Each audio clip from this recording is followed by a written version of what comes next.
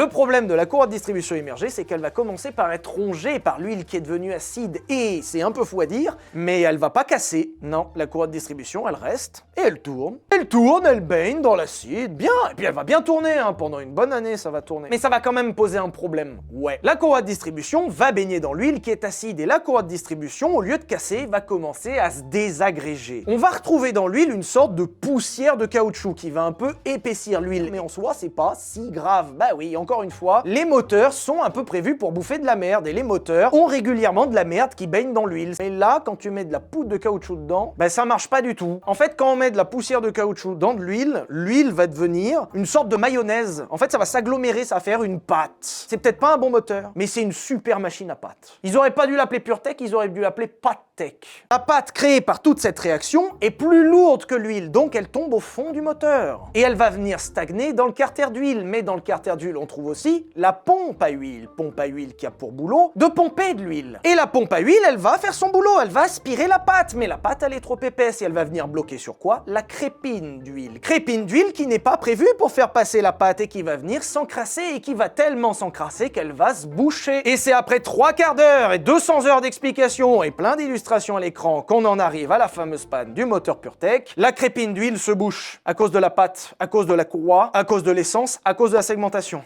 Et ça casse. En se bouchant, il n'y a plus d'huile qui circule, mort.